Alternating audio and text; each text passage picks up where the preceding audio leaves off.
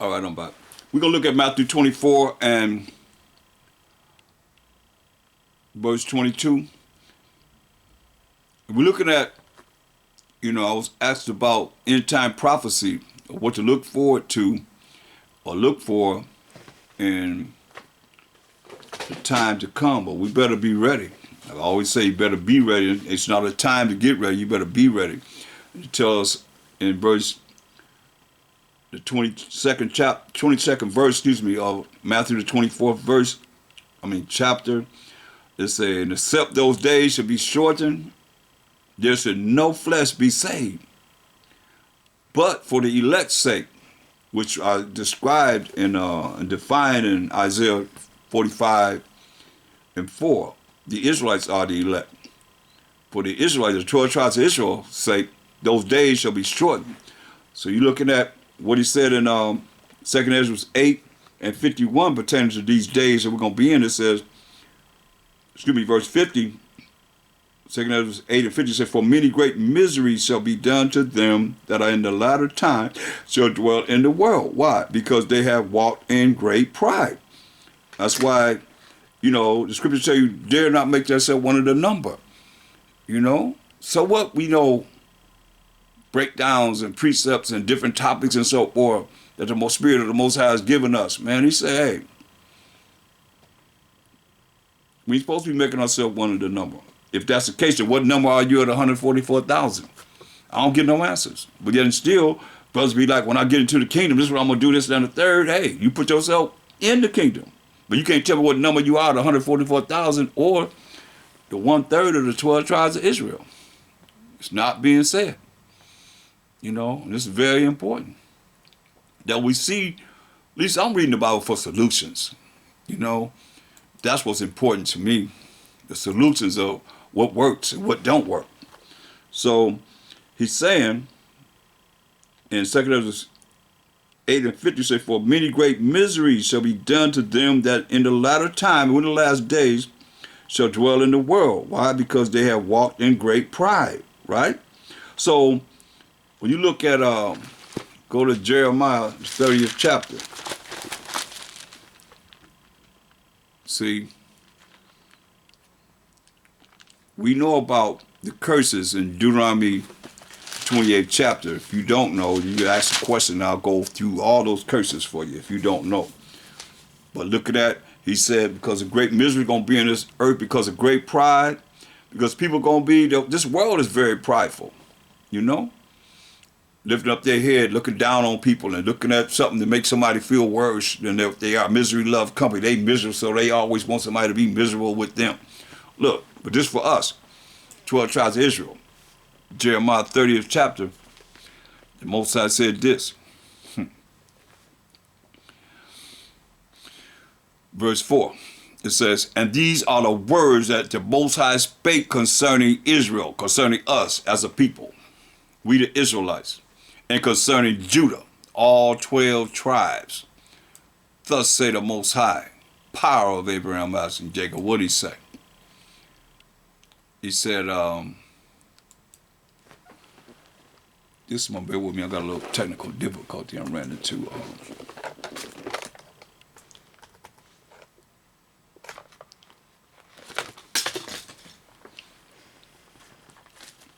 So he's telling Jeremiah to tell us this, because the prophets prophesied about our times that we living in. That's what Ezra just said.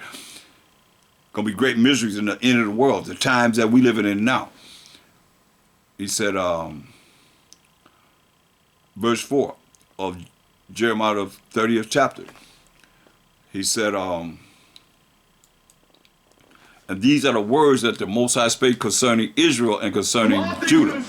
These are the words that he spoke pertaining to us, Salakia, concerning us during these last days. They say, for thus say the Most High power, we have heard a voice of trembling, of fear, and not of peace. Oh yeah. He said you heard a voice of trembling and of fear and not of peace. What you did that fear mean? Because when I ask y'all what the fear of the Most High means, you got something else to say besides being afraid of him, being scared of him. That's why he said you're going to hear a voice of fear and not of peace.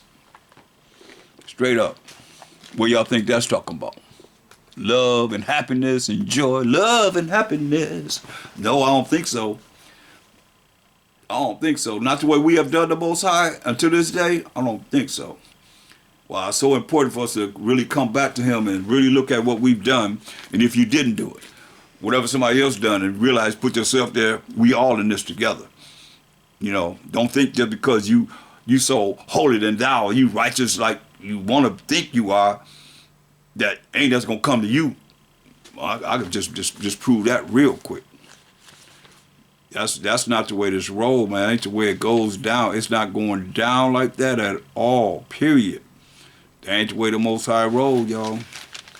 Understand, overstand this. This is serious as can be. I mean, this real talk, man.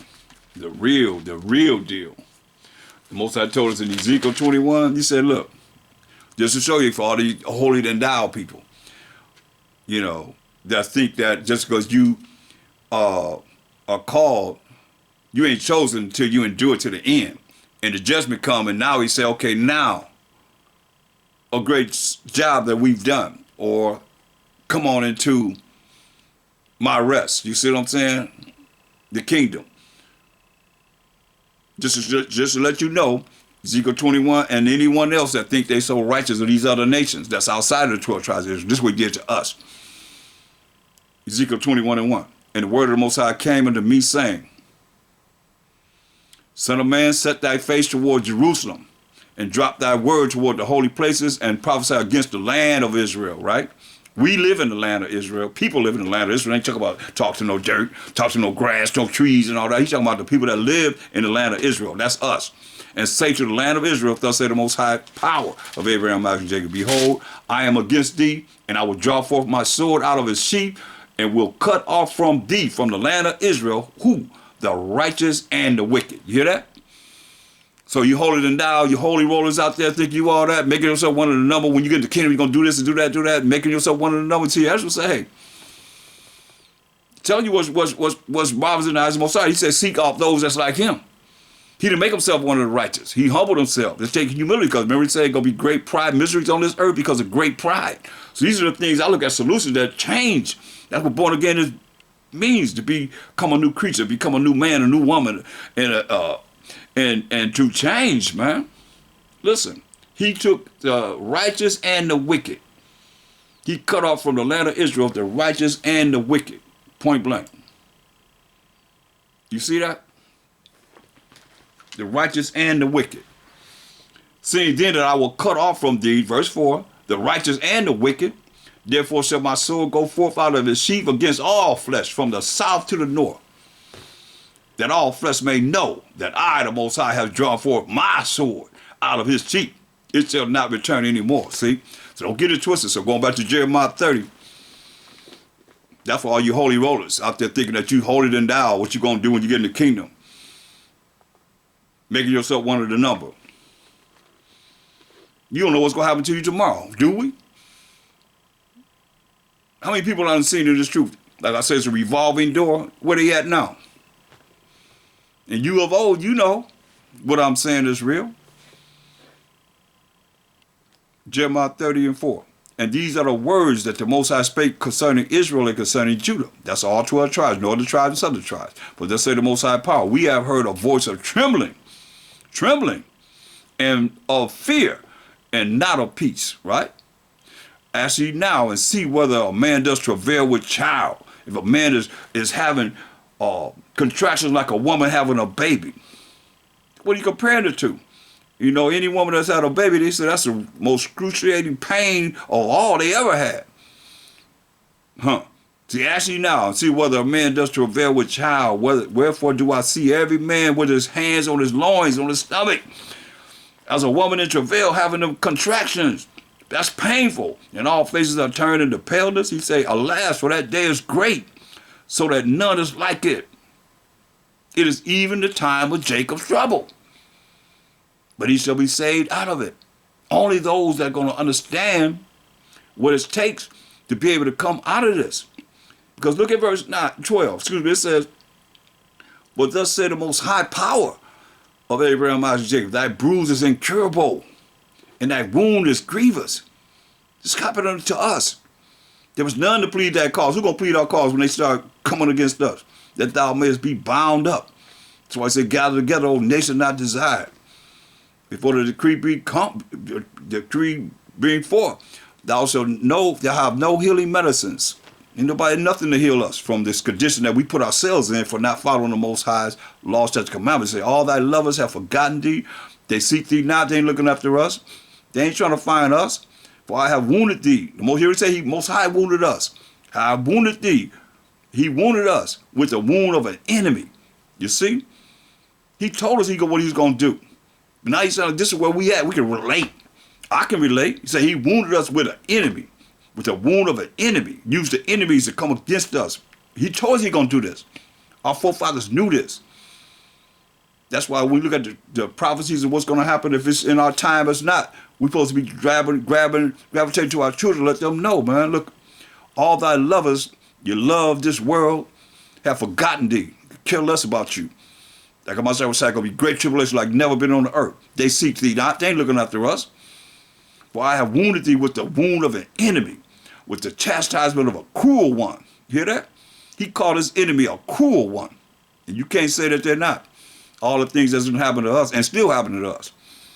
For the multitude of thine iniquity. Hear that? This is why. For the multitude of our iniquity, for the multitude of our wickedness, because thy sins were increased. You hear that? Listen, go to Hosea 5:15. Hold that. Hosea 5:15.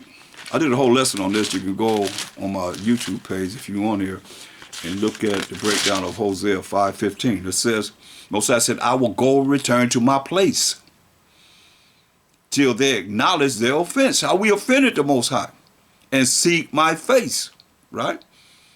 In their affliction, they will seek me early. You hear that? That's Jacob's trouble. Why he said he returned to his place till we acknowledge how we offended him. All the way from the garden, all the way to the end of this world, man. People still, like he said, great misery is going to be on this earth because of great pride. He done woke us up. We can learn how to read. Some of us can't even read right.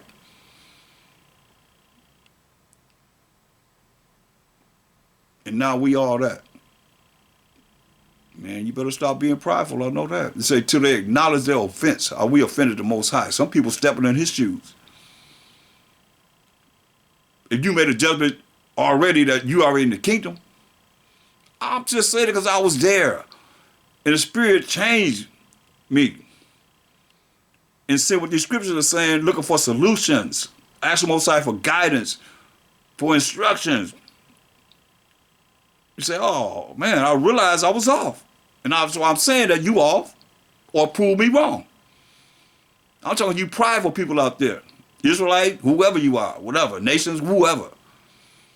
That's why we're going to have miseries on this earth because of great pride, man. People think they all that. That's why Moses said, I'm going to go return to my place till we acknowledge our offense, offended him, and seek my face because he turned his face away from us. In their affliction, he said, they will seek me early, right? So now, going back to Jeremiah 30:15. Then the Most High talk to you. He say, why criest thou? Why are you crying for thine affliction? In your affliction, you're going to seek him early, right? You say you better seek him while he can be found. You say, why are you crying for thine affliction, for your affliction? Thy sorrow is incurable for the multitude of thine iniquity. You hear that? That's why it's so important for us to come back to his rules and regulations and know what this Bible is talking about, that our ancestors, which are Jeremiah, right, that we're reading about, Isaiah we read about, Daniel and Ezra, et cetera, of all the prophets that are our ancestors, that coded within these scriptures of what works, solutions that works. He said, why criest thou for thine affliction? Why are you crying because you afflicted? Thy sorrow is incurable for the multitude of thine iniquity. Hear that? Multitude of our wickedness. Being evil. Not seeking the Most High's face. because thy sins, which is transgression of the Most High's laws and commandments, were increased. I have done these things unto thee. See? There it is. So going back to 2nd Ezra, verse 50, for many great miseries shall be done to them that in the latter time, when the last days shall dwell in the world. Why? Because they have walked in great pride. That's what he said. He said, but understand thou for thyself. I hear clearly. He said, and seek out the glory for such as be like thee. Right? That's why he said it in 2nd Ezra 14 again. He told Ezra this. It's very important. In verse 9, he said, for thou shalt be taken away from all. You're going to die, Ezra. I'm taking you away from everybody. And from henceforth hereafter, thou shalt remain with my son. That's Hamashiach Yahushua. In the Old Testament, it said he gonna remain with Hamashiach Yahushua and with such as be like thee. So I showed you how Ezra was marvelous in the eyes of the Most High. He didn't count himself as one of the righteous. That's why I say he humbled himself and did not count himself as one of the righteous. This is what works. In the eyes of the Most High, that's marvelous before the Most High. Can get no clearer than that. He said he gonna remain with such as be like thee until the times be ended. Right? Jump down to verse 16. But yet greater evils than those which thou hast seen in prophecy, and the Most High giving them visions, happen shall be done hereafter, after Ezra lived. For look how much the world shall be weaker through age. So much the more shall evils increase upon them that dwell therein. For the truth is fled far away. Hear that? The truth, which we know, class, is what? Psalms 119, 142.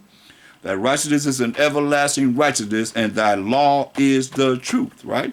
So he said, but look how much the world shall be weaker through the age. So much the more shall evils increase upon them that dwell therein.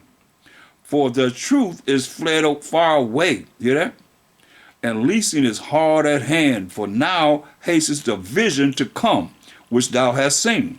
I mean, you go back and read Ezra, it's very, you look at chapter 13, it's talking about the war between the Army, the Navy, the Marines, the Air Forces, all the ordinances that they have, the military that they have of all nations that's going to join together to fight Hamashiach Yahushua. No matter how many wars they have against each other, they're going to stop. They're in agreement to fight against him, as it is written. So it's saying,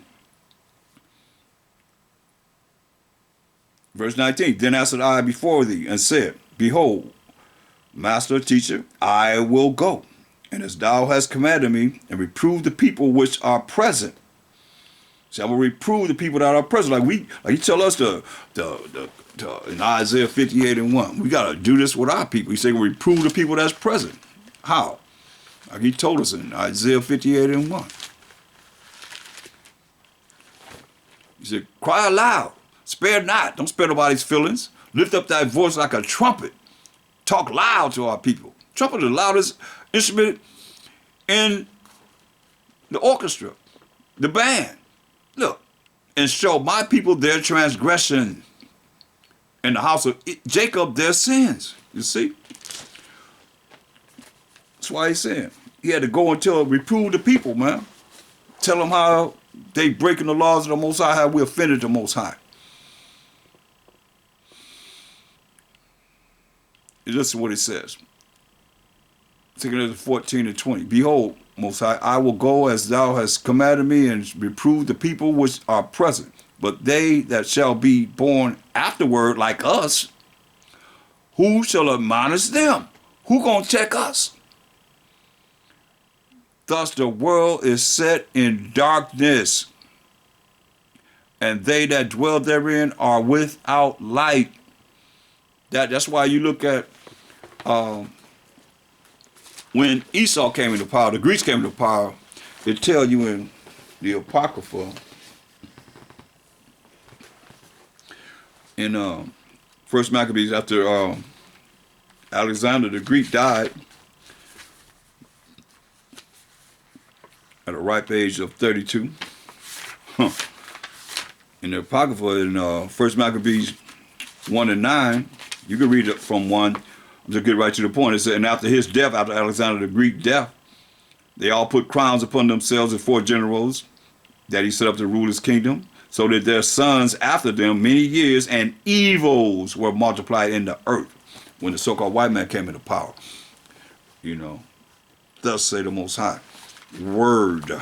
So now, looking at, going back to 2 Ezra 14, it says, he asked the question, because he's saying the world that we're in now is going to be set in darkness, and they that dwell therein are without light. That's why Mashiach Shai said, go to St. John, the 1st chapter.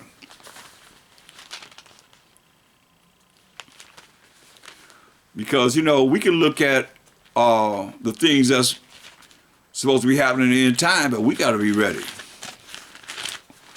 Because this is already set in motion already. That's why he said in St. John 1, he in the Roman Empire. We done went through the Greek Empire. That's what we just read about, how evils were multiplied in the earth during the Greek Empire. So the Romans came into power after the Greeks. Same people, just a different name. You know, the name has come from Romulus and Remus, who were raised by 2 she-wolves. And Romulus killed his brother Remus because he wanted the name to remain the same. The Greeks, he said, no, he's going to be named after him, Romulus. So that's why he came up with the name Roman. Sound familiar? Like Cain and Abel? Same thing. Esau going to kill his brother Jacob. He put that vial out, and you see that's what they've been doing. So let's go back to this darkness. Let's say St. John 1 and 4. It says, in him was life. I'm not sure what in him was life. That's why I say I'm the way to show you how to follow the truth, which is the commandments of the Most High that's going to lead to everlasting life. So when the Mashiach Shai is life, he was an example that came here to show us how it could be done. And the life was the light of men. That light is Proverbs 6:23.